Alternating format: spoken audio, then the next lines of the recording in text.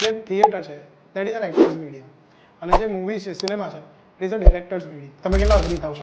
હું કહું છું થિયેટર બહુ સરળ છે, કારણ કે તમે એક પાત્ર એક સ્ક્રિપ્ટને જાણ્યા પછી 30, 35, 40 દિવસ આખી ટીમ સાથે તમે રિહર્સ કરો છો, આટલી બધી પઠન કરો છો, એની ઉપર તમારી વર્કશોપ થાય છે કે એક શો તમારો ખરાબ થાય તો એ રાતભર રિહર્સલ કરીને બીજે દિવસે એ નાટકને તમે ઇમ્પ્રૂવ કરી શકો છો.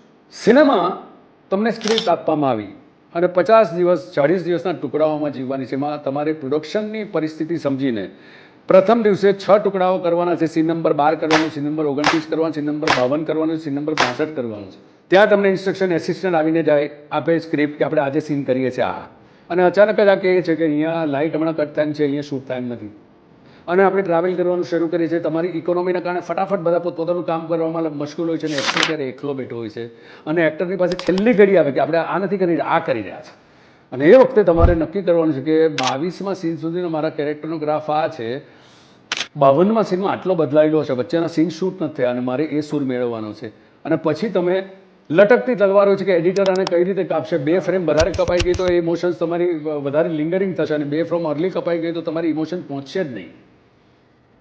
અને એમાં તમારું એક નિર્માણ થાય એ મારા હિસાબે સૌથી વધારે ડિફિકલ્ટ સિનેમા છે.